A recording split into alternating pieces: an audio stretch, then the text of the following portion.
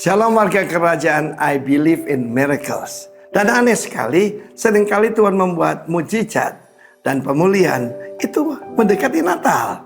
Karena itu kita belajar daripada tokoh suami istri, Zakaria dan Elizabeth. Zakaria artinya remembered by Jehovah. Senang gak diingat oleh Tuhan? Dia sendiri udah lupa tentang doanya itu.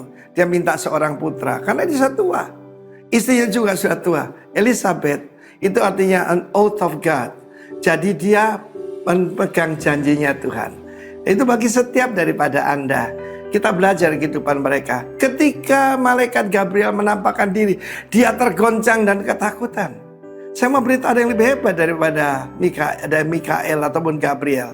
Roh Kudus saat ini menjamah Anda. Bahkan dia hidup di dalam kita. Dan Roh Kudus adalah Arabon. Arabon itu jaminan dari semua janji Allah. Tanda jadi. Karena itu kita cuma berkata yes dan amin buat semua janji Tuhan. Karena itu biarlah punya pengharapan supaya engkau melahirkan dalam hidup ini seorang Yohanes Pembaptis. Dalam hidup saya tidak punya anak seperti Zakaria dan Elizabeth. Tapi saya percaya Allah yang sama adalah Allah yang saya sembah. Memang saudaraku, yaitu apa yang terjadi adalah putra-putra rohani bertumbuh di mana-mana. Bahkan beberapa ada di depan saya hari ini. Dan saya mengucap syukur bahwa pada saat itu dia memperkenalkan diri. Akulah Gabriel yang berdiri di hadapan Tuhan. Mau dipakai oleh Tuhan? Stand before the Lord. Stand artinya hidup dalam kebenaran, righteousness. Dan juga membawa hadirat Tuhan. Kalau ada yang pas namanya Christopher itu Christ bearer. Dan bukan cuma itu, kita semua membawa Kristus kemanapun kita pergi. To the marketplace, dimanapun Anda seorang mahasiswa, kau bawa Yesus ke kampusmu. Dan kita sudah dengar begitu banyak revival karena doa daripada orang tua. Tapi pada saat itu dia tidak percaya. Dan dia jadi bisu. Dari seorang imam yang harus mengucapkan berkat, beraka, sekarang dia bisu. Tetapi ketika dia percaya, beri dia nama Yohanes, Yohanan. Ya, artinya sudah menerima anugerah daripada Jehovah.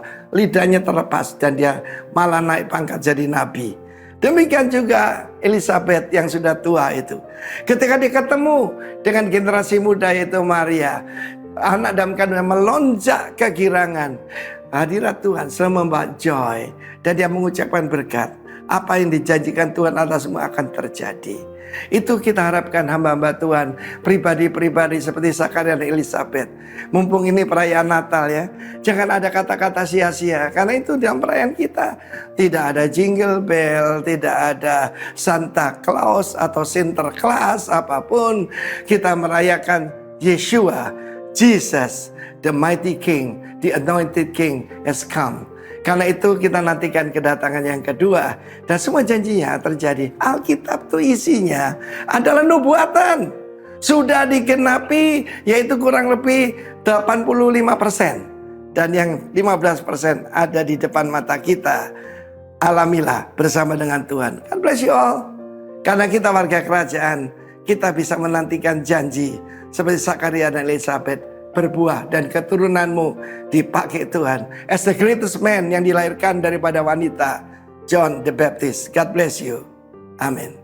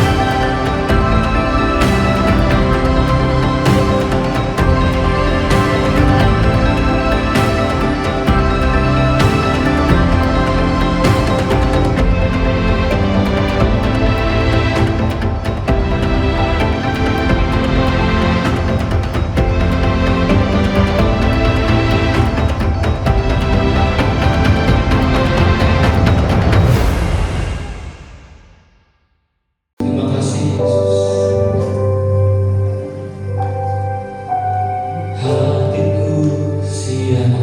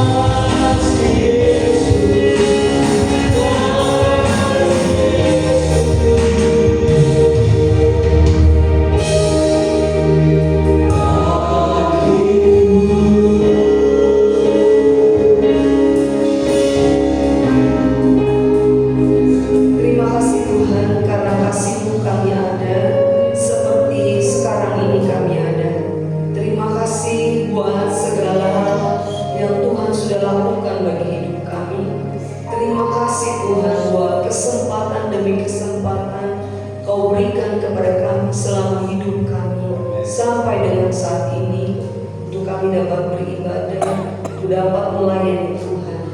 Hari ini untuk mendengarkan firman Tuhan, tolong berbicara kepada setiap kami yang hadir, yang mendengarkan, yang menyampaikan. Biar sama-sama diberkati. Kami sama-sama belajar untuk taat melakukan firman-Mu dalam hidup ini. Terima kasih Tuhan. Di dalam nama Tuhan Yesus Kristus kami sambut firman Tuhan. Haleluya. Amin. Ya, puji Tuhan. Shalom Bapak Ibu, saudara-saudara sekalian, selamat sore. Salam sejahtera di dalam kasih Tuhan. Senang ya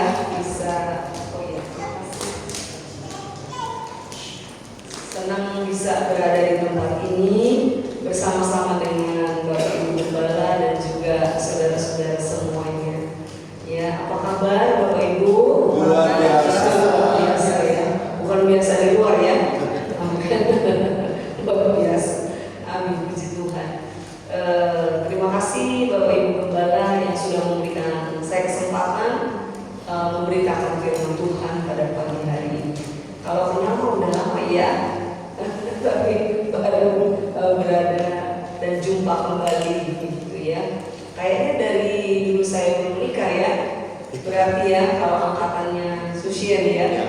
Ya, ketika Pak Abraham tadi pagi ya sudah berkhotbah, nah saya istrinya dulu masih pacaran ya, belum menikah. Beliau mengajar di tempat Pak Theophilus ya di SMP Beto dan saya beberapa kali melayani di PSK ya Pak ya.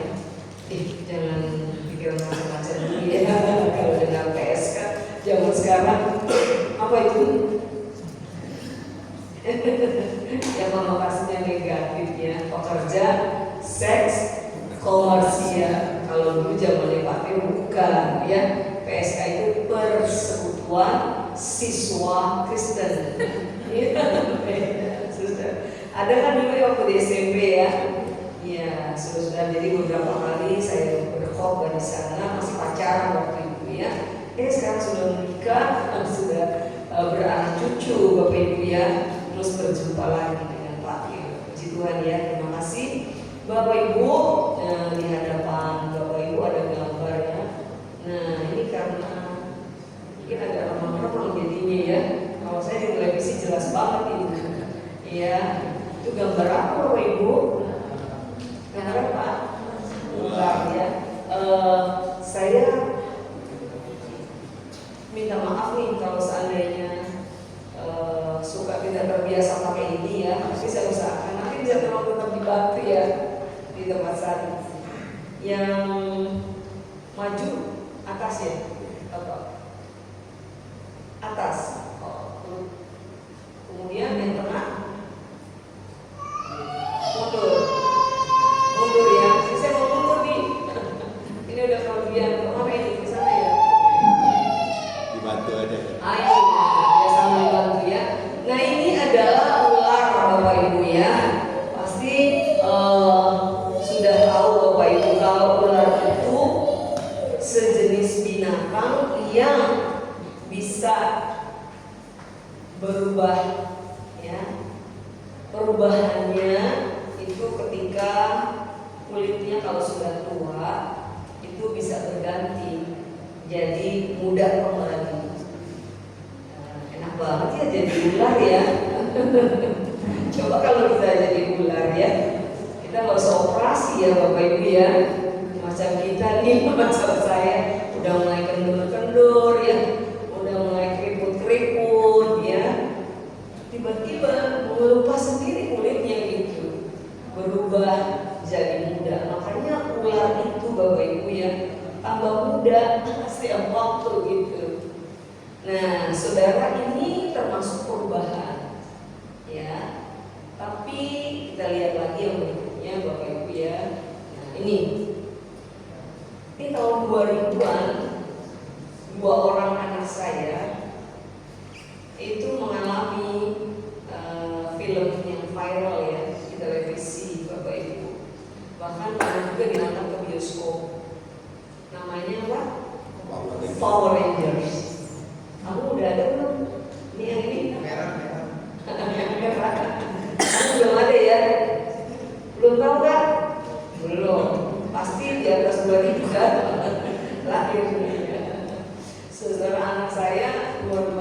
tahun 90-an akhirnya gitu ya. Jadi tahun 2000-an mereka mengalami ini.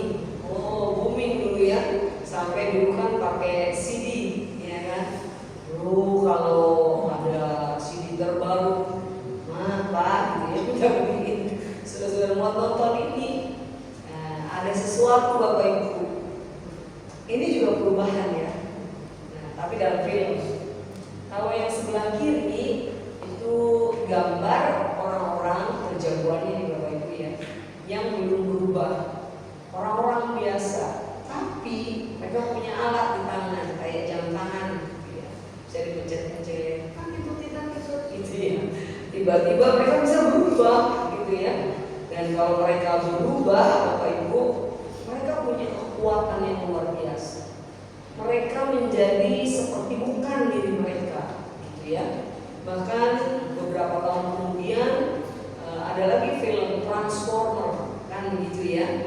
Saudara orang itu kan orang ya, kemudian bisa berubah jadi seperti robot-robot gitu. Saudara-saudara, ini perubahan tapi tidak dongeng ya. Artinya tidak ada manusia yang seperti ini pada kenyataannya. Itu cuma pikiran orang yang diwujudkan dalam film. Nah kemudian yang berikutnya, nah ini perubahan juga Bapak Ibu, kita udah belajar ya. Dari paling kiri itu ulat, ya. Siapa di sini senang sama ulat? Selalu makanan ada, kecuali di beberapa daerah yang ulat dimakanin ya Bapak Ibu ya. Tapi ulat yang khusus, itu yang memang dimakan katanya. Saya belum pernah coba Bapak Ibu ya. Pokoknya semua jenis ulat saya beli gitu ya. Nah ini salah satu ulat namanya ulat sutra. Ya Bapak Ibu, ulat yang akan jadi kupu-kupu. Jadi macam-macam ulat. Sudah dikasih Tuhan, ulat ini mengalami perubahan yang disebut metamorfosa. Binatang-binatang tertentu mengalami metamorfosa, tapi tidak selengkap atau sesempurna ulat. Ya, kalau ulat ini benar-benar perubahan yang sempurna menyeluruh, karena dia berubah dari bentuk yaitu seekor ular yang sangat menjijikan bagi sebagian besar ya. Sebagian besar orang kalau lihat ular tuh jijik gitu Bapak Ibu. Ya mungkin kalau kita manusia ya terhina lah gitu Bapak Ibu ya. Tapi dia berproses Bapak Ibu, yang menjadi makhluk yang benar-benar berubah dari yang terhina, dari yang menjijikkan, tidak dianggap, dipandang sebelah mata pun tidak mungkin Bapak Ibu. Orang-orang jijik gitu ya, tapi kemudian menjadi atau menjelma jadi binatang yang sangat disukai oleh sebagian besar manusia. Bahkan anak-anak kecil pun senang banget kalau lihat kupu-kupu, ya kan? Bisa dikejar-kejar gitu ya. Apalagi kalau kita ke tempat penangkarannya di Sulawesi, Bapak Ibu, itu ada ribuan, mungkin jutaan Bapak Ibu ya, jenis atau spesies kupu-kupu ini Bapak Ibu. Bermacam-macam, indah sekali. Nah Bapak Ibu, hari ini sesuai dengan tema ya Pak ya, itu transforming the world ya, kalau nggak salah seluruh 1 bulan ini ya, roh gitu ya. Oh iya saudara. Nah perubahan saudara yang terjadi dalam kehidupan kita harusnya perubahan yang sempurna gitu, seperti kupu-kupu. Tapi juga bukan soal fisiknya ya. Hal apa yang harus berubah di dalam kita? Kita mau lihat hidupnya ya. Nah ini perubahan hidup yang memberi dampak ya. Kita ini harus menjadi orang-orang yang mengalami perubahan. Tidak boleh begitu aja Bapak Ibu ya. Kita akan belajar, kita baca dulu ayatnya ya. Oh nggak jalan ya? Oh ini ya, Roma 12 ayat 2. Mari kita baca sama-sama ya. 2, 3. Janganlah kamu menjadi serupa dengan dunia ini, tetapi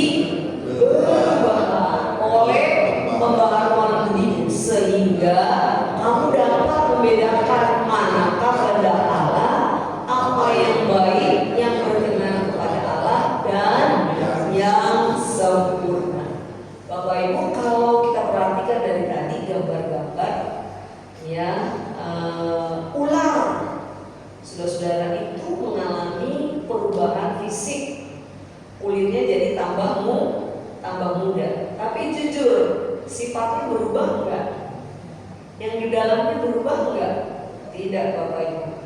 Dia masih punya sifat sebagai ular. Enggak berubah jadi kelinci, Bapak Ibu, yang sifatnya enggak berubah, tetap ular. Kemudian Bapak Ibu, nah itu Power Rangers, ya, berubah tuh.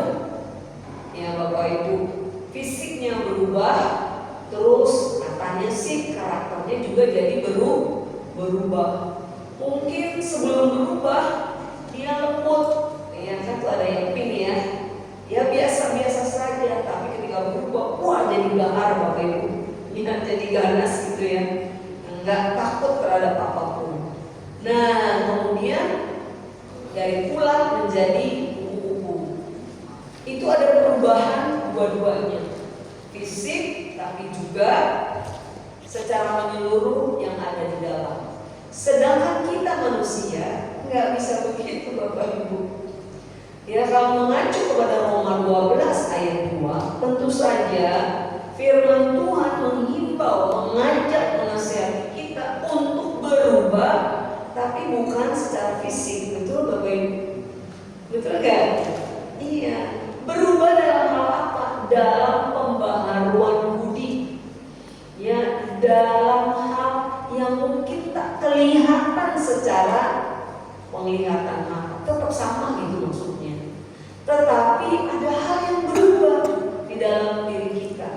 Nah biasa itu disebut dengan bahasa zaman sekarang anak muda itu perubahan mindset atau perubahan paradigma atau perubahan cara pandang, cara pikir. Nah itu tidak kelihatan, ya kan? Tapi Bapak Ibu bisa dirasakan, bisa dirasakan. Nah, itu yang Tuhan mau. Karena jujur saja Bapak Ibu, kalau saya harus berubah sama persis seperti ular dari kupu-kupu, terus saya harus berubah sama seperti Kristus, ya kan? Visinya GBI kan menjadi seperti Yesus kan? Kita harus berubah kan menjadi seperti Yesus, betul? Terus kalau menjadi seperti Yesus tapi secara fisik nggak bisa Bapak Ibu. Saya ini sudah dilahirkan sebagai wanita dan saya bangga karenanya. Jadi saya nggak mau operasi Bapak Ibu ganti kelamin gitu ya. Saya nggak mau karena Yesus dalam kemanusiaannya di dunia kan laki-laki kan. Oh nggak bisa dong. Kemungkinan besarnya yang bisa menyerupai Yesus ya Pak Theophilus dan kaum pria di tempat ini dong. Iya kan? Saya nggak bisa. Ibu-ibu dan kaum wanita yang lain nggak bisa. Kemudian Pak Theophilus dan kaum pria yang ada di sini pun juga nggak bisa persis walaupun sama-sama laki-laki. Iya Pak ya. Kita itu orang Indonesia. Harus ngaku Bapak Ibu dan bangga ya. Yesus itu dalam kemanusiaannya lahir di Timur Tengah, tingginya beda. Gampang itu disiasati. Kita pakai aja ya kan sepatu. Kalau kurang tinggi kita pakai dingklik. Emang mau dibawa-bawa dingkliknya Bapak Ibu? Oh yang pegang pakai egrang itu Bapak Ibu ya, supaya sama tingginya. Terus nggak bisa Bapak Ibu. Ada orang Filipina yang saking ngefans banget, seneng banget sama tokoh Superman. Dia mengoperasi dirinya Bapak Ibu berkali-kali, sudah puluhan kali untuk bisa menyerupai Superman yang ada di film-film. Dia pendek Bapak Ibu, dia sampai operasi kakinya supaya tingginya sama. Dia ubah beberapa bagian wajahnya, dia ubah beberapa bagian fisiknya Bapak Ibu. Tetap aja nggak sama-sama Bapak Ibu, nggak bisa sama persis. Nah kita ini harus menjadi seperti Kristus, tapi benar-benar Bapak Ibu secara fisik tidak mungkin. Jadi apanya yang wajib sama seperti Kristus? Nah ini dia. Jangan kamu serupa dengan dunia, tapi berubah oleh pembaharuan budi. Yang kita bisa sama dan pasti bisa sama, yaitu karakternya Kristus. Itu pasti bisa, nggak perlu operasi Bapak Ibu. Beneran ya, mengubah karakter itu tidak perlu dioperasi, tapi harus tetap melewati proses. Itu yang mau kita pelajari hari ini ya. Kita boleh tetap sama, wujud kita, cara jalan kita, cara bicara kita, mungkin keisengan kita, gitu ya. Ada orang jenis-jenis tertentu yang suka iseng Bapak Ibu. Ya, salah satunya Pak Abraham suka iseng Bapak Ibu. Ya, bercanda ya Bapak Ibu ya. Kan memang ada orang yang suka iseng begitu ya. Cucu saya suka diisengin Bapak Ibu, anaknya suka diisengin, istrinya pun suka diisengin Bapak Ibu ya. Jadi sudah biasa, nggak apa-apa ya, itu memang beliau itu sekolah sekali orangnya gitu ya. Beliau itu sangat ramai orangnya, beda banget ya, 180 derajat dengan saya gitu ya. Tapi untuk itulah kami dipersatukan Bapak Ibu. Kalau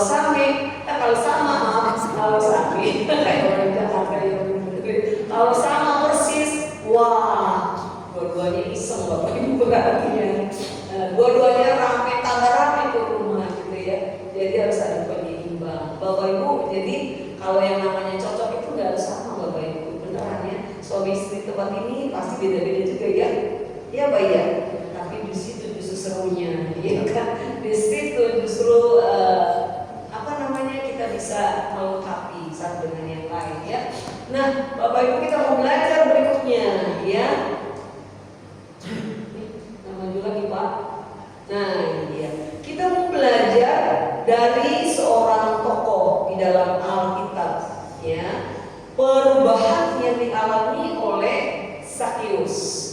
Cerita tentang Zakheus Bapak Ibu pasti sudah pernah tahu ya, sudah pernah membacanya. Mungkin banyak juga hamba-hamba Tuhan yang mengkhotbahkan tentang Zakheus, terutama guru-guru sekolah minggu ya. Karena cerita tentang Zakheus ini salah satu cerita favorit buat anak-anak sekolah minggu. Benar Bapak Ibu? Iya, saya tertarik sekali cerita Zakheus sejak saya sekolah minggu ya. Tapi hari ini kita mau lihat ada apa ya, apa yang terjadi dengan Zakheus sehingga bisa kita angkat menjadi contoh yang baik soal perubahan ya. Kita melihat yang berikutnya. Ini harus 2 kali atau bagaimana ya Pak? Kemana saya arahkannya ya? Betul ya? Oh ini kita baca dulu ayat-ayatnya. Mari kita baca ya. Ayat 1 sampai 8 lumayan banyak Bapak Ibu, tapi nggak apa-apa ya. Untuk mengantisipasi siapa tahu ada jemaat yang nggak suka baca Alkitab. Oh begitu ya Bapak Ibu ya. Jadi mumpung di gereja baca Alkitab, nggak gitu kan? Di sini jemaat suka baca Alkitab kan? Suka kan tiap hari? Amin. Ya, saya percaya. Saya mau orang gampang percaya Bapak Ibu ya. Dan saudara pasti melakukannya. Tapi nggak apa-apa juga dibaca lagi. Orang Alkitabnya dari zaman saya kecil sampai sekarang juga isinya sama. Tapi saya baca terus tuh, ulang lagi. Tapi herannya dan ajaibnya dibaca berkali-kali, tapi selalu ada yang baru lagi yang Tuhan mau berkati hidup kita. Itulah yang disebut firman Tuhan di hidup Bapak Ibu. Ya, dia bukan bacaan yang rutin, yang dia adalah firman yang hidup. Mari kita baca secara bergantian saja ya. Kita bagi 3 kelompok deh Bapak Ibu ya. Saya nanti baca sendiri, kaum pria baca ayat kedua, kaum wanita baca ayat yang ketiga. Kaum wanita di sini bukan di dalamnya ada saya, jadi karena saya sudah satu bagian. Saya mulai dulu ya. Yesus masuk ke kota Yeriko dan berjalan terus melintasi kota itu. Di situ ada seorang bernama Zakheus, kepala pembeli cukai, dia seorang yang kaya. Dia berusaha untuk melihat orang apa Yesus itu, tetapi dia tidak berhasil karena orang banyak, sebab badannya pendek. Nah, maka berlarilah ia mendahului orang banyak, lalu memanjat pohon ara untuk melihat Yesus yang akan lewat di situ. Ketika Yesus sampai ke tempat itu, dia melihat ke atas dan berkata, Zakheus, segeralah dulu, sebab hari ini kau harus menumpang di rumahmu. Lalu Zakheus segera turun dan menerima Yesus dengan sukacita. Ya, ayat yang ke-7, tetapi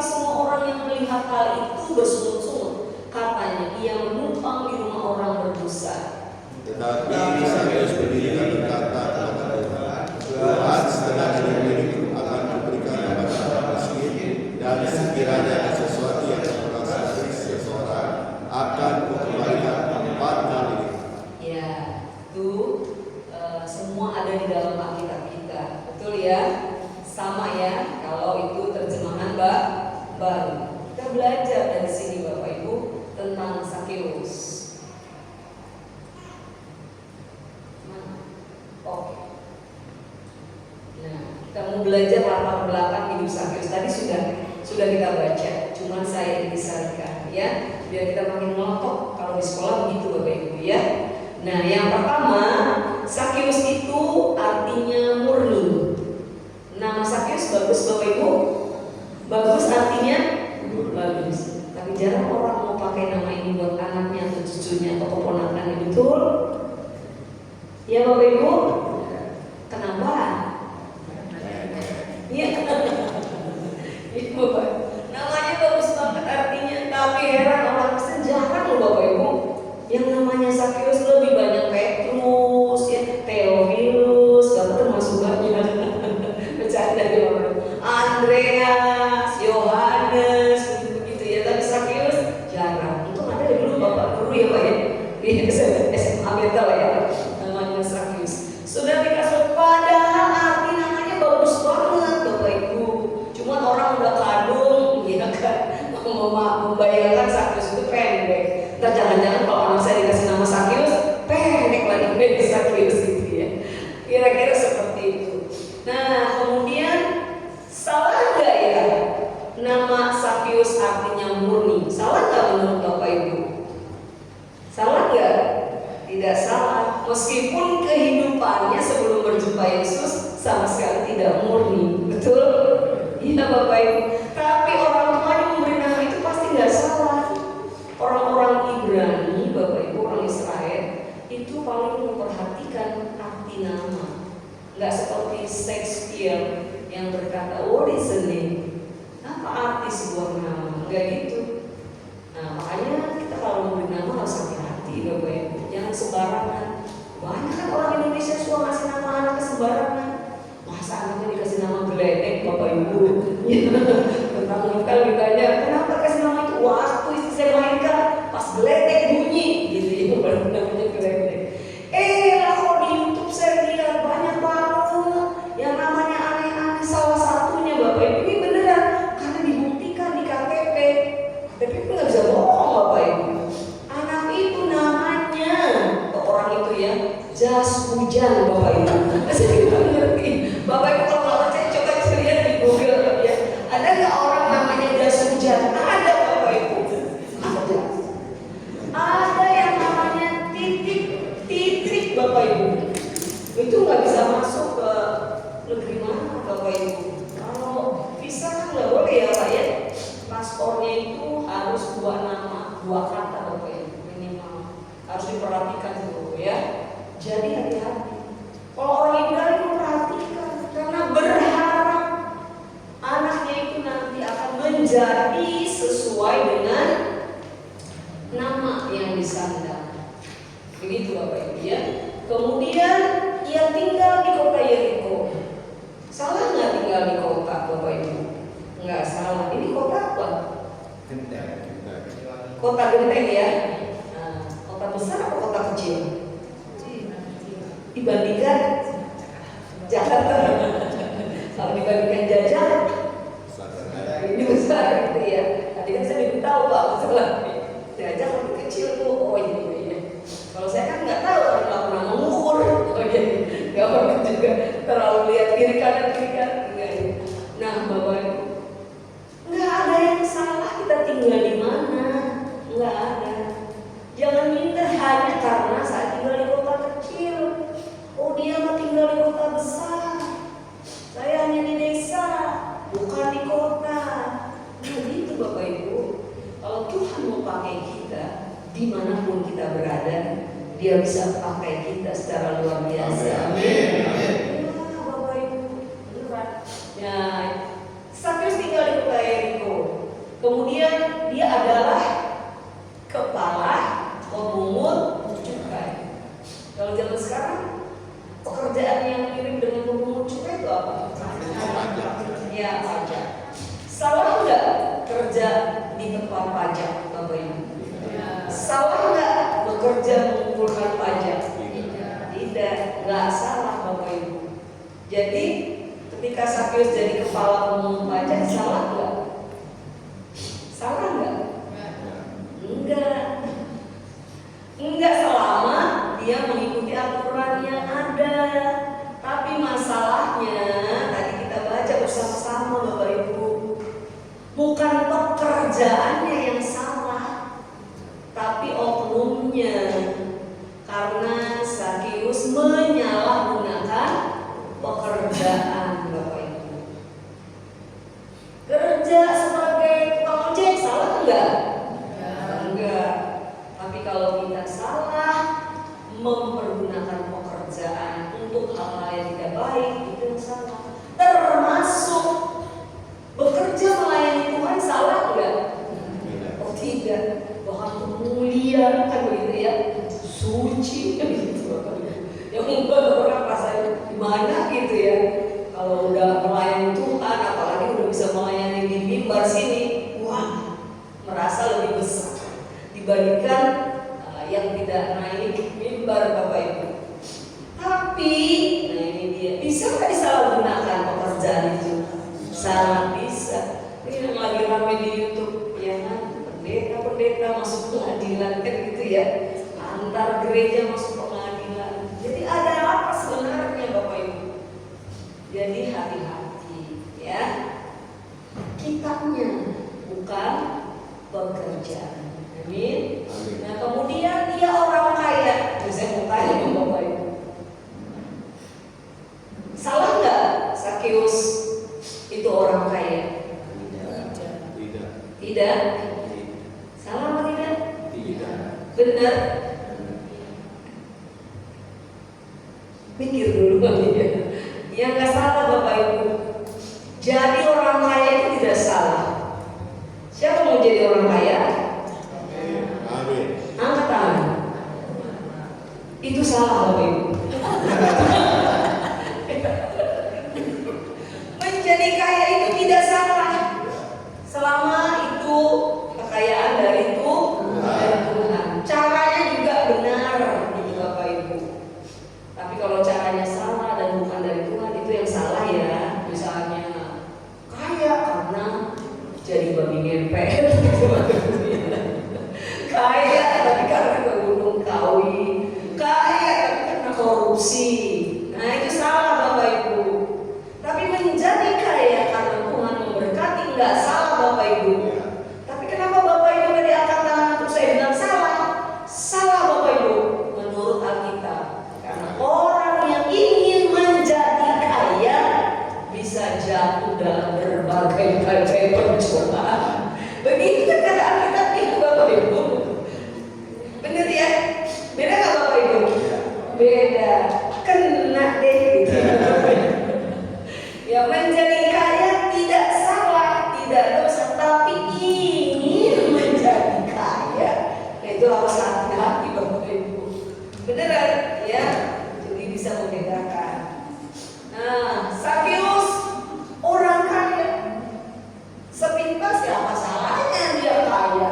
Tapi kalau kita lihat tadi dari bacaan kita, maka dia nggak salah-salah Bapak Ibu, karena kekayaannya didapat dari mengerjain orang itu Bapak Ibu ya. Dia harusnya mengambil pajak sesuai dengan aturan berapa, dia lebih-lebihkan Bapak Ibu demi keuntungan diri sendiri. Kemudian yang kelima, Alkitab bilang tadi badannya pendek. Salah nggak dengan orang pendek? Nggak ada. Nggak ada salahnya Bapak Ibu. Kalau salah saya dibuat keluar Bapak Ibu gitu. Karena saya ini pendek ya. Untungnya mimbarnya begini loh Pak. Untung saya Bapak Ibu beneran. Saya di Jakarta suka diundang khotbah, apalagi kalau yang gereja Protestan ya. Ya ampun mimbarnya gede banget Bapak Ibu. Saya juga panahnya doang. Udah kayak itu zaman dulu unyil gitu Bapak Ibu ya. Udah gitu kan tinggi Bapak Ibu. Ya saya mau jalan-jalan macam begini kan agak repot Bapak Ibu, karena itu ya harus naik-naik gitu, ada tangkanya di sini. Oh tidak kan pendiriku masih nggak bisa Bapak Ibu. Nah ini benar-benar cocok. Nanti saya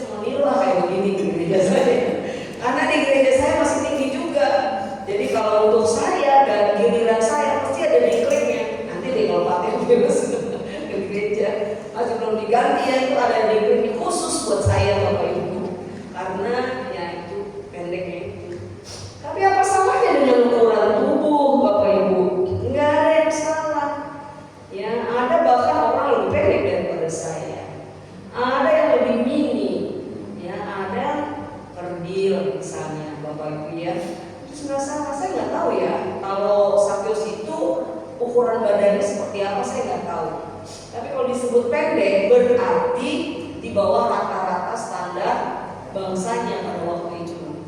Ya, tapi soal ukuran berapa sentinya jangan tanya ke saya Bapak Ibu. Saya nggak akan jawab karena nggak ada di Alkitab ya, hanya tulisannya pendek. Kemudian, nah ini Bapak Ibu, dia dibenci semua orang. Pertanyaan saya, salah atau enggak Bapak Ibu? Salah atau enggak? Menghentikan ciptaan selesai. Jangan lama-lama Bapak Ibu ya. Bapak saya jadi lama selesai. Silakan jawab Bapak Ibu.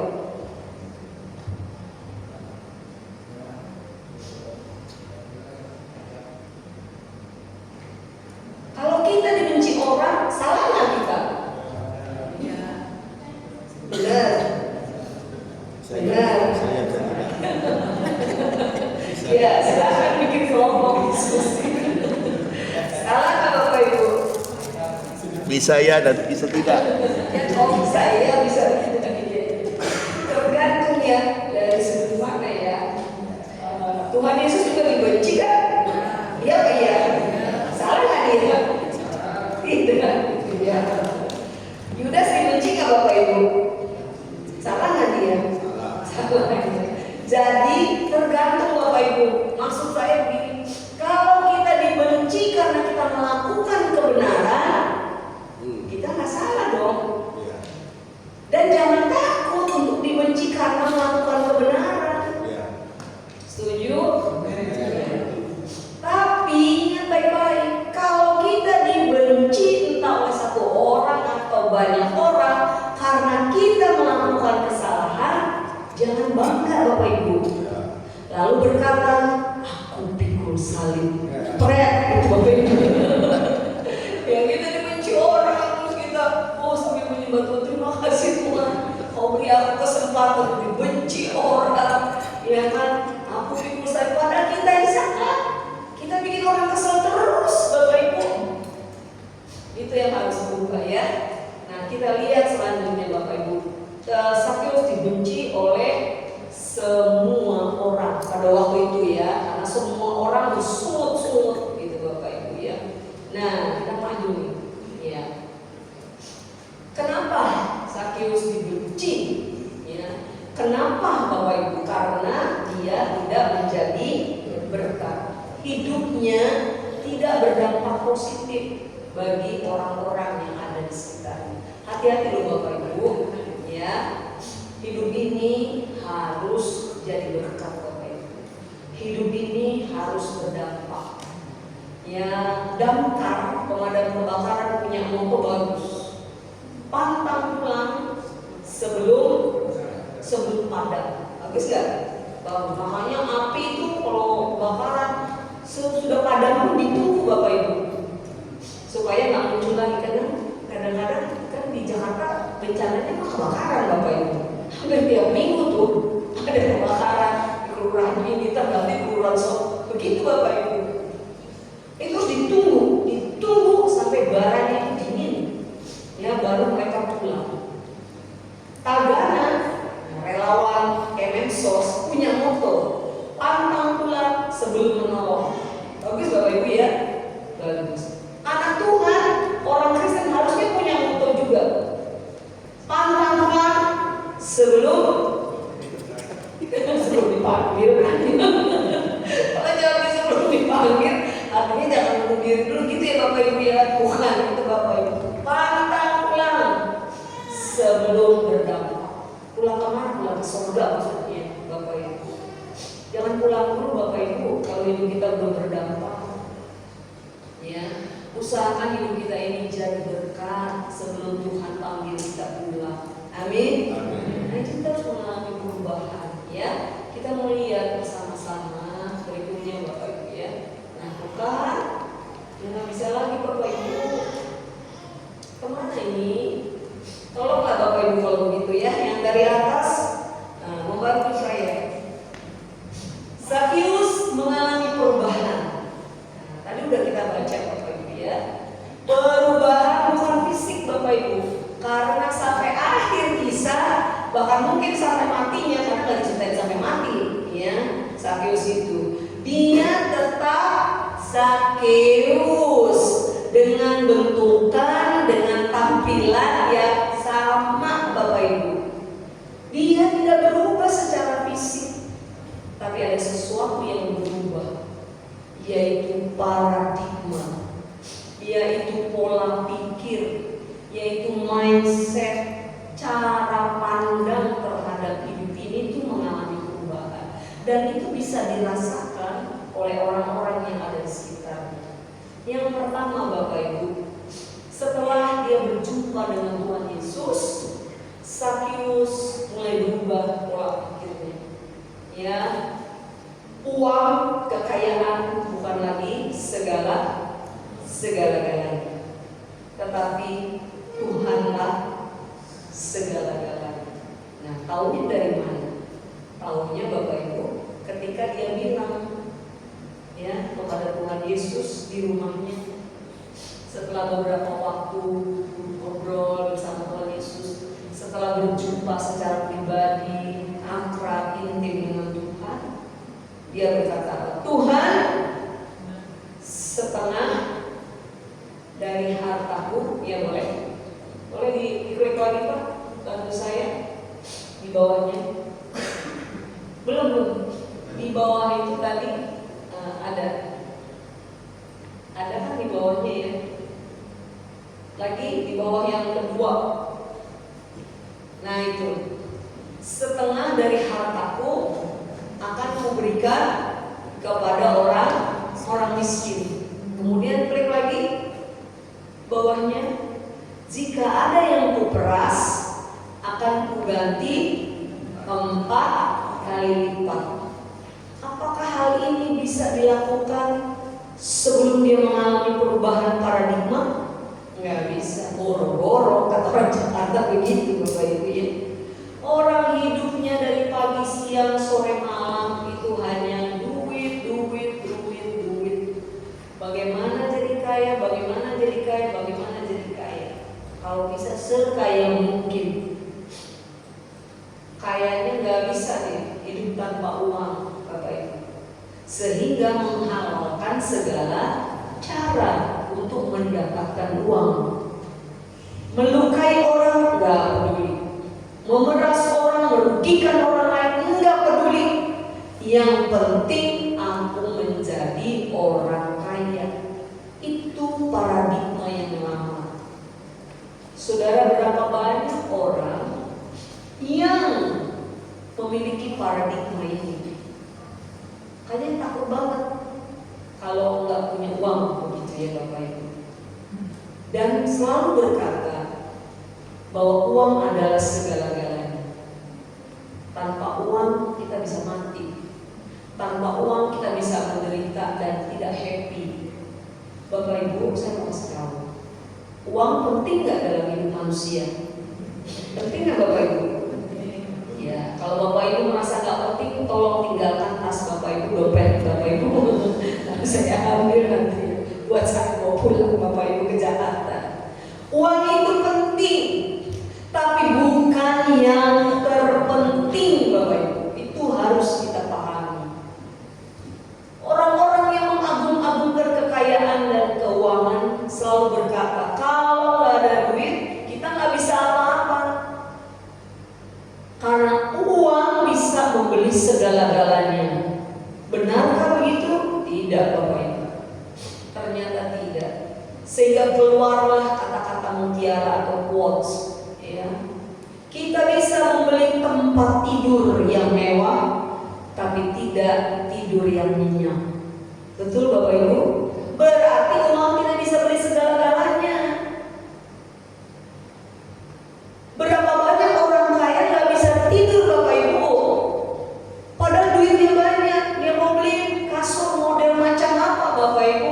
Bisa karena uangnya banyak, tapi tetap nggak bisa tidur. Berarti uangnya tidak bisa membeli segala-galanya. Uang bisa membeli obat-obatan semahal apapun ketika kita sakit, tapi uang tidak bisa membeli kesehatan. Amin? Ya Bapak Ibu. Kalau udah sakit Bapak Ibu, orang kaya mau berobat dimanapun, cari kesembuhan, nggak sembuh-sembuh Bapak Ibu, itu bisa terjadi. Berarti uang tidak bisa membeli segala-galanya. Uang bisa membeli rumah yang mewah Bapak Ibu berapapun harganya, tapi uang tidak bisa membeli rumah tangga yang bahagia. Amin. Iya. Oleh sebab itu, yang nggak punya uang saat ini jangan minder, jangan putus asa, jangan kehilangan damai sejahtera. Yang sumber sukacita kita, kan tadi udah nyanyi Bapak Ibu, itu harus dipraktekkan. Mau punya uang, nggak punya uang, harus tetap sukacita Bapak Ibu, karena sumber sukacita itu dari Tuhan datang. Amin. Mulai besok punya duit nggak punya duit nggak usah kelihatan dari muka kita Bapak Ibu. Kalau pengaruh cara kita bernyanyi lagi dapat berkat gitu bisa lompat-lompat Bapak Ibu bilang ketika nggak punya duit males-malesan gitu. Jangan, berarti sumber sukacita kita duit dong, ya kan? Epeng dong Bapak Ibu dia, money, cuan gitu Bapak Ibu. Enggak, Tuhan. Ya. Nah, kemudian dia berubah juga menjadi orang yang penuh belas kasihan Bapak Ibu. Di dalam Alkitab cari ya, perjanjian lama, perjanjian baru, nggak ada aturan Bapak Ibu harus memberi orang miskin itu berapa, nggak ada. Ya, jadi kalau buat orang miskin kamu harus berikan setengah dari hartamu, nggak ada Bapak Ibu. Saya udah cari masalahnya Bapak Ibu ya, nggak ada. Tapi dengan paradigma yang baru, dia bisa berkata, separuh dari hartaku akan kuberikan kepada orang miskin. Yang gak ada hubungannya dengan dia kan Bapak Ibu.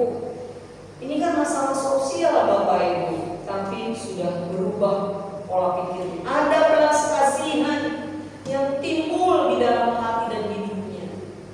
Itu karena dia sudah mengalami paradigma yang baru.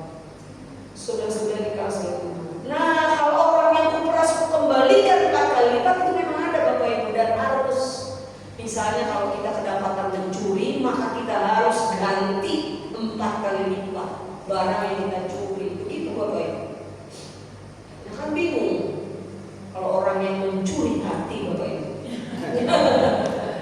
Mencuri istri orang, mencuri suami orang, harus ganti 4 Bapak Ibu. dari mana Bapak Ibu? Jangan ini bercanda Bapak Ibu. Makanya karena susah, jangan coba-coba mencuri istri orang lain Bapak Ibu. Ya, jangan coba-coba mencuri suami orang lain. Ya, harus ganti 4 kali lipat Bapak Ibu. Itu pantas ya, karena sudah dirugikan. Tapi soal memberi setengah dari hartanya, itu enggak ada Bapak Ibu di dalam aturan agama pada waktu itu. Tapi dia mau melakukan. Coba hitung-hitungan Bapak Ibu, seberapa kaya pun Sakyus pada waktu itu, uangnya jadi apa Bapak Ibu? Setengahnya diambil buat orang miskin. Lalu orang yang pernah dirugikan 3 4 kali lipat. Nah Bapak Ibu coba pikir, ya lama-lama Bapak Ibu, dari orang kaya jadi bisa jadi orang biasa Bapak Ibu, bisa jadi bangkrut dia ya kan, sudah tidak kaya lagi. Tapi nggak masalah buat Sakyus, karena apa Bapak Ibu? Paradigmanya sudah berubah Bapak Ibu. Ketika Tuhan jamah hati saya nonton ya kan orang-orang yang terkena bencana itu pasti Merapi Bapak Ibu, benar-benar itu ya. Saya lagi nonton begini Bapak Ibu sambil berdiri lagi, ya kan? Itu orang-orang di Merapi, ya, anak-anak nangis dan lain sebagainya. Itu saya bisa nangis Bapak Ibu. Saya belum jadi relawan. Terus saya nangis di depan TV, saya berdoa, Tuhan saya mau tolong orang yang ada di situ. Tapi saya nggak ngerti bagaimana caranya. Sudah ada belas kasihan mengalir dalam diri saya. Nah sejak saat itu Bapak Ibu, sampai sekarang ini saya menjadi anggota relawan. Terus sering pergi kemana-mana, terakhir ke Lewotobi Bapak Ibu. seminggu di NTT, Flores Timur Bapak Ibu. Terus orang-orang pikir ya enak aja, selama ada duit mah gitu Bapak Ibu. Tapi mereka nggak tahu seberapa banyak uang yang dikeluarkan untuk hal itu. Saya ke Palu 2 kali, ke NTT waktu badai Seroja 3 kali Bapak Ibu, ke Gunung Sinabung, ke Lut, bahkan tahun 2015 saya udah ke Gunung Raung Bapak Ibu. Bapak Ibu kesana kan waktu erupsi Gunung Raung ada kan, padahal lebih dekat kan. Padahal lebih dekat dari situ kan, dari Jakarta udah datang Bapak Ibu. Jadi beberapa kali saya di Gunung Raung. Nah, saudara-saudara dikasih orang ya boleh aja lah ya berpikir sepenuhnya aja terserah. Tapi Tuhan tahu hati saya. Mereka nggak tahu kalau selama nggak ada bencana saya nabung Bapak Ibu, beneran nabung Bapak Ibu. Saya tahan-tahan, harusnya itu saya suka banget bakso Bapak Ibu. Saudara saya nabung, oh kalau gitu jelek dong niatnya, katanya gitu. Ada yang bilang begitu, bukan begitu. Saya bukan berharap nanti pasti akan ada bencana terus dan gitu. Tapi saya tetap nabung aja Bapak Ibu. Ya, karena satu saat misalnya ada bencana, minimal saya punya tiket pergi pulang. Titik Bapak Ibu. Saya mau merepotkan orang, karena memang saya mau melayani. Entar di sana mau saya minum apa, makan apa, tidur di mana, saya nggak pernah pikir Bapak Ibu, nggak pernah. Dan tapi Tuhan baik. Tuhan selalu pimpin, Tuhan selalu pelihara. Saya selalu pulang dengan selamat Bapak Ibu. Bukan dengan selamat dengan pertolongan Tuhan. Karena kalau dengan selamat berarti selamat kan bukan orang Jawa ya bukan. Saya selamat. Sudah saya sendiri tetap Bapak Ibu. Ya, saudara-saudara dikasih Tuhan di sana ngapain? Pikir saudara saya kerjanya ngangkut-ngangkut mayat itu. Oh bukan Bapak Ibu, karena saya selalu datang pasca bencana, bukan pas di bencana. Untuk apa? Untuk menolong anak-anak yang banyak trauma Bapak Ibu. Jadi saya melakukan trauma healing untuk anak-anak. Kerjaannya menghibur anak-anak Bapak Ibu. Makannya sama dengan para pengungsi, minumnya sama. Bahkan di NTT terakhir Bapak Ibu, saya datang beberapa hari pertama itu minum susah banget. Memang benar-benar NTT susah air Bapak Ibu. Jadi 3 kali makan melimpah Bapak Ibu dari Kemensos. Tapi minumnya 1 gelas itu Bapak Ibu untuk 1 kali makan. 1 hari 3 gelas itu doang Bapak Ibu. Itu untuk air bersih. Gimana untuk air mandinya? Boro-boro Bapak Ibu. Kalau ada air mandi kan kita bikin masak air ya kan, benar Bapak Ibu ya. Susah Bapak Ibu. Panas karena uap panas itu gunungnya harus erupsi Bapak Ibu tiap hari. Saya pulang ke Jakarta pada duduk Bapak Ibu. Badan saya yang keringetnya gede-gede gitu Bapak Ibu. Tapi saya senang Bapak Ibu. Saya suka cita Bapak Ibu. Bisa jadi berkat. Karena saya mau Bapak Ibu sebelum saya pulang, saya harus jadi berkat. Dan menjadi berkat nggak harus Bapak Ibu ikut-ikutan saya Bapak Ibu. Ya, mau ikut juga ke sana. Bentar kalau Ibu lagi ngomong ya Bu ya, supaya nggak usah seperti itu. Kita bisa jadi berkat dimanapun kita berada, sesuai dengan apa yang Tuhan taruh di dalam hati kita untuk berdampak bagi orang lain, terutama buat keluarga. Nah, itu yang paling penting. Ya, kemudian yang berikutnya, coba kita lihat Bapak Ibu, saudara-saudara dikasih Tuhan. Kita mau baca aplikasi ya, sama-sama Bapak Ibu ya, untuk kita melihat bagaimana khotbah ini bukan sekedar teori ya, tapi kita mau aplikasikan dalam hidup kita. Yang pertama, baca sama-sama ya, silakan Pak, baca lagi. Nah ini dia. 2, 3. Sebuah perubahan membutuhkan kemauan yang kuat. Bapak Ibu mau berubah? Mau berubah? Tapi kalau nggak kuat kemauannya, nggak berubah-berubah. Beneran?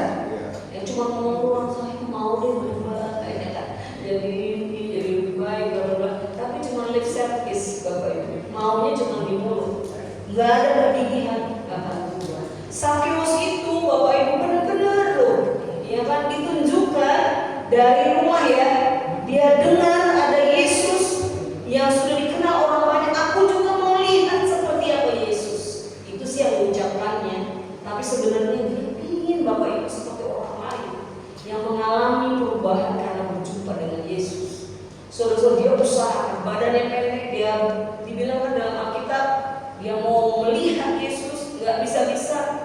Wah, disepak kiri kanan sama orang-orang yang benci Bapak Ibu. Kebetulan kan, biasanya kalau udah benci, kebetulan kalau orang banyak dicitakin aja Bapak Ibu, nggak ada tahu gitu kan ya. Ini Bapak Ibu gitu ya. Siapa itu kan orang banyak. Saya pikir begitu, tapi dia tidak pedulikan. Dengan semangat dia berlari Bapak Ibu. Kemudian dia naik pohon dulu kan, pohon ara. Nah kalau dijelaskan lagi ada khusus Bapak Ibu korbannya. Pohon aranya ada 2 macam Bapak Ibu. Ada pohon ara fig tree namanya, atau satu lagi ada tuh ya, apa namanya saya lupa tuh Bapak Ibu. Beda jenis. Nah ini dia naik yang jenis kedua, tinggi. Oh sycamore Bapak Ibu. Fig tree dengan sycamore. Sycamore itu bisa 10 meteran tingginya Bapak Ibu. Dia naik, badannya pendek naik Bapak Ibu. Naik pohon itu sulit dibandingkan orang yang normal. Tapi dia berusaha. Udah sampai di pohon Bapak Ibu, dia tunggu. Nunggunya nggak tahu berapa lama sampai Tuhan Yesus lewat. Siapa tahu ada semut-semut banyak di situ Bapak Ibu. Nanti susah ya. Kalau dia gagal, nah dia tunggu Bapak Ibu. Setelah dia tunggu sampai Yesus datang, kemudian Yesus melihat ke atas. Hai Lazarus, gitu ya Bapak Ibu. Turunlah. Kenapa Lazarus ya? Bapak Ibu masih fokus ya. Nah siapa? Hai Zakheus. Tapi guru sekolah dulu ada loh yang salah begitu Bapak Ibu. Ini karena nggak persiapan untuk cerita. Jadi hai Lazarus, turunlah. Nah sekolah bilang, tante, kakak, salah itu. Tapi namanya guru selalu ngeles ya, nggak mau disalahin. Cerita belum selesai. Yesus berkata, hai Lazarus, turunlah. Itu benar loh adik-adik. Memang begitu. Bukankah? Zakheus enggak dengerin dulu. Yesus bilang, hai Lazarus, turunlah. Itu tempat Zakheus. Dia memang begitu ya, sudah ngomong salah. Ya saudara-saudara, wah dia usahakan banget. Ayo dong jemaat di tempat ini, bukan sekedar maunya tapi di mulut saja. Harus ada dorongan yang kuat untuk punya kemauan yang luar biasa. Ya, berikutnya yang kedua, sama-sama lagi. Sebuah perubahan dimulai dari perjumpaan pribadi dengan Yesus. Saudara boleh dengerin banyak khotbah dari hamba-hamba Tuhan yang berbeda-beda tiap minggunya. Tapi kalau tidak pernah berjumpa Yesus secara pribadi, maka konsen terjadi perubahan. Karena yang bisa dan sangat mengubah hidup kita sempurna itu hanyalah Dia, Kristus itu. Yang ketiga, Bapak Ibu, 2, 3. Sebuah perubahan ditunjukkan dengan tindakan nyata. Dulu ada tuh yang moto, perubahan disebut perubahan hanya jika terjadi perubahan. Betul kan? Perubahan adalah perubahan hanya jika terjadi perubahan. Sampai terjadi perubahan, ada tindakan nyata, ada sesuatu yang benar-benar bisa ditunjukkan. Dan akhirnya, ini benar terakhir Bapak Ibu ya, swear, habis ini selesai Bapak Ibu. Kita lihat kesimpulan khotbah pada sore hari ini. Sama-sama lagi kita baca ya, pelan-pelan tapi kalau ya silakan. Kita baca pelan-pelan ya Bapak Ibu. 2, 3. Mujizat terbesar yang Tuhan lakukan bukanlah mengubah keadaan, tapi mengubah cara pandang kehidupan yang selanjutnya bisa mengubah keadaan.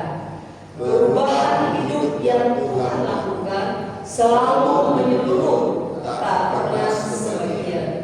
Perubahan hidup yang Tuhan kerjakan pasti ditunjukkan dengan tindakan, pasti berdampak bagi kehidupan.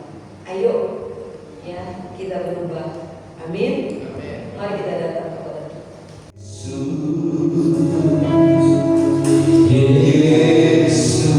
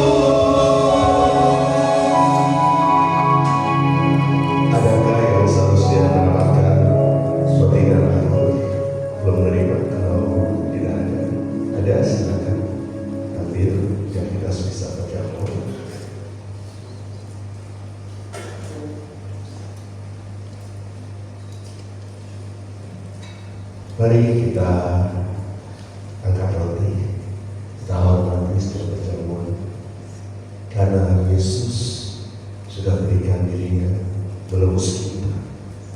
Tanpa korban Yesus di atas kayu salib, maka tidak ada keselamatan. Dan itu merupakan anugerah bagi kita semua.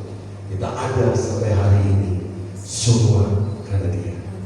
Bukankah roti yang sedang kita tinggikan ini benar-benar merupakan persekutuan kita dengan tubuh Tuhan Yesus? Mari kita terima dalam nama Yesus.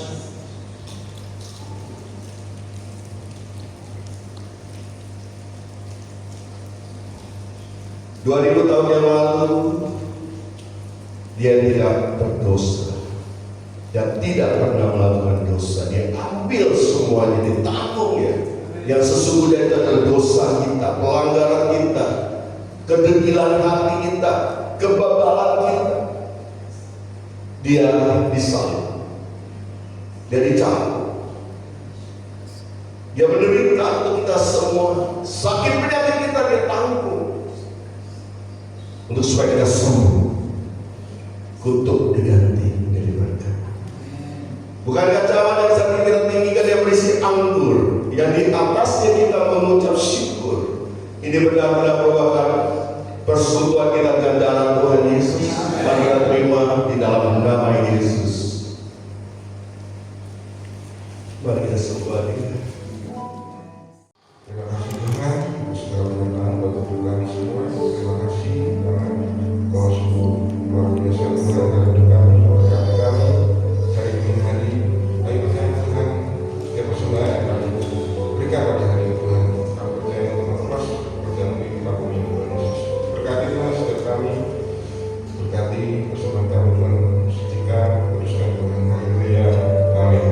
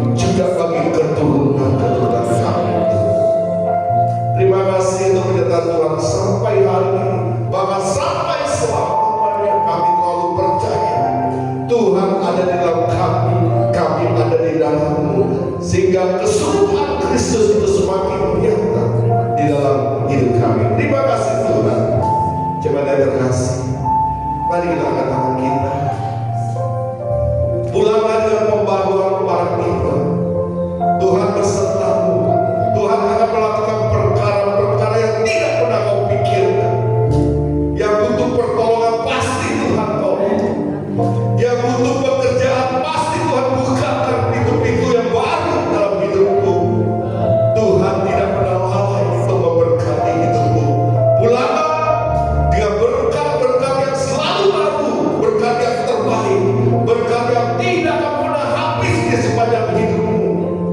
berkat yang kekal di dalam